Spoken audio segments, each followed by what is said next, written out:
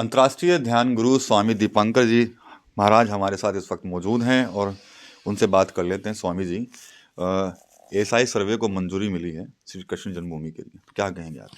मैं समझता हूँ कि सकारात्मक है, जी।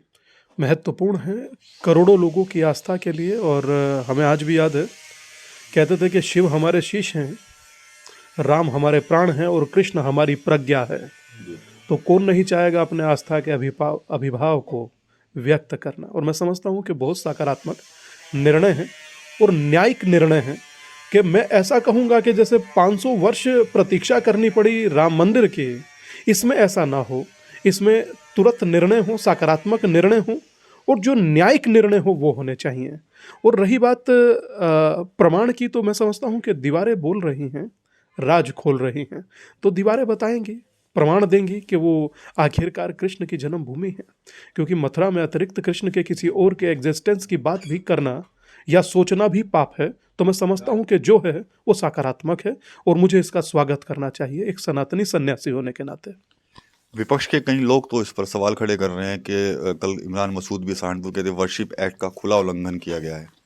देखिए, विपक्ष की जहाँ तक बात है, मैं समझता हूँ कि विपक्ष मुद्दा विहीन है और विपक्ष उन्हीं सनातनियों से वोट भी चाहता है जो सनातनी कृष्ण को पूजते हैं, कृष्ण को मानते हैं या कृष्ण को अपना आराध्य समझकर पूरी दुनिया में प्रचार प्रसार इस्कॉन से लेकर के हरे रामा हरे कृष्णा तक होते देखते हैं। उसके बाद भी अगर कोई इस पर प्रश्न उठाता है या वर्शिप एक्ट की बात करता है तो वो कोर्ट में जाकर ये बात कहे।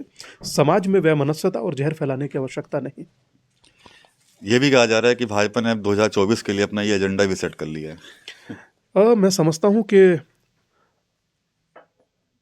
ये भाजपा के प्रवक्ता इस बारे में ज़्यादा अच्छा कह पाएंगे, मगर मैं इतना कहूँगा कि धर्म का सम्मान करना, सनातन का सम्मान करना या अपने धर्म को स्वाभिमान की तरह जीना कोई एजेंडा नहीं होता।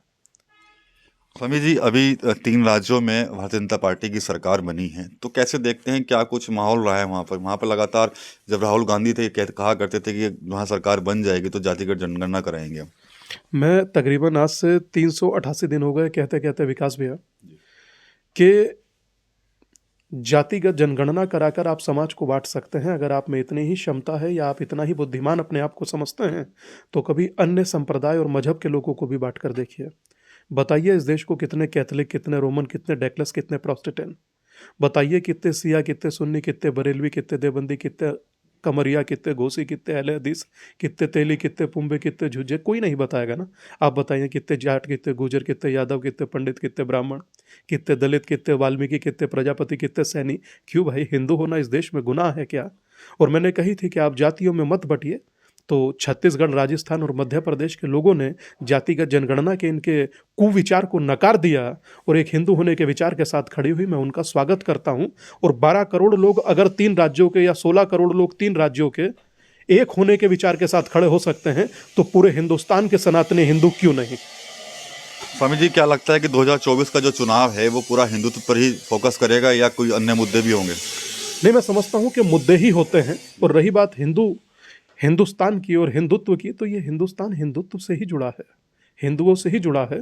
अगर हिंदुओं से जुड़े विषय हों या समाज से जुड़े विषय हों या सनातन से जुड़े विषय हों, मैं समझता हूं कि सनातन मात्र मेरा नहीं है, 120 करोड़ लोगों का है। आज भले ही धर्म परिवर्तित हो गया हो, मगर वो तो पूर्वज तो कहें इन्हीं से जुड़े हैं, फोर फादर तो इसी से जुड़े हैं। तो अगर देश में मुद्दे देश के नहीं होंगे तो विदेशी मुद्दों पर तो चुनाव नहीं हो सकता।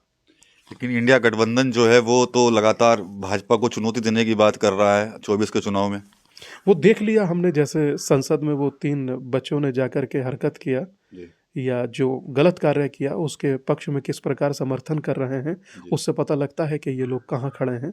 कि आप अगर जो देश के सबसे बड़े मंदिर पर भी आप लोग राजनीति कर कर एक मत में नहीं खड़े हो सकते, तो आपके गठबंधन या आपके एक होने के विचार को मैं कैसे कहूँ? क्या ये वही एक इंडिया होने का विचार है जो सनातन के उन्मूलन की बात कर रहा था? क्या ये वही इंडिया एक गठबंधन का विचार है, जो कह रहा था एम मुंडी, जो साउथ के लीडर हैं, कि अगर हम आए तो सनातन का उन्मूलन कर देंगे, या हमारा तो अलायंस ही सनातन के खात्मे के लिए हुआ है। अगर ये वही गठबंधन है तो मेरे लिए ये एग्जिस्ट ही नहीं करता। मेरे लिए एग्जिस्ट वो करेगा जो देश की, राष्ट्र की, सबको समान अधिकार देने की, प्यार की, मोहब्बत की। और वैसे तो मोहब्बत की दुकान भी कही जाती थी, मगर मोहब्बत की दुकान में जब नफरत का सामान बिकने लगे तो उससे पता लगता है कि चीज़ें बहुत दरक चुकी हैं। स्वामी जी, 2024 में सिर्फ 14 दिन बचे हैं और 24 शुरू हो जाएगा, तो सबसे पहले राम मंदिर उद्घाटन 22 जनवरी, उसके बाद चुनाव। देखिए, अच्छा है ना कि रामलला का आशीर्वाद लेकर के सब लोग कर्मक क्षेत्र, कुरुक्षेत्र की ओर आगे बढ़ेंगे, राजनीतिक क्षेत्र की ओर आगे बढ़ेंगे। तो ये तो शुभकामनाओं के लिए है, और मैं समझता हूँ कि राम का आशीर्वाद सभी लेकर के आगे बढ़ें, क्योंकि राम ही एक ऐसे व्यक्तित्व हुए हैं, एक ऐसे देवता हुए हैं जिन्होंने आदिवासी, बनवासी, गिरवासी, मल्लाह सबको साथ लेकर आगे बढ़े। और ये लोग बांट कर आगे बढ़ना चाहते हैं, तो ये तय करें कि राम का आशीर्वाद लेकर सबको एक करेंगे, या यहाँ भी इस स्वर को दोहराएंगे कि जैसे ही हमारी सरकार बनेगी हम जातिगत जनगणना कराएंगे। मुझे सुभाष चंद्र बोस की याद आती है। वो कहते थे, तुम मुझे खून दो मैं तुम्हें आज़ादी दूंगा। ये लोग कहते हैं, तुम मुझे वोट दो मैं तुम्हें जातियों में बांट दूंगा। तो हाउ कैन बी पॉसिबल दादा? ये हिंदुओं का देश है, हिंदुस्तान है, और यहाँ सभी मत, पंथ, संप्रदायों का सम्मान किया जाता है। मगर इसका अर्थ कहीं से ये नहीं है कि आप उन्हीं हिंदुओं को जातियों में विभाजित कर दें, मात्र अपने तुच्छ लाभ के लिए।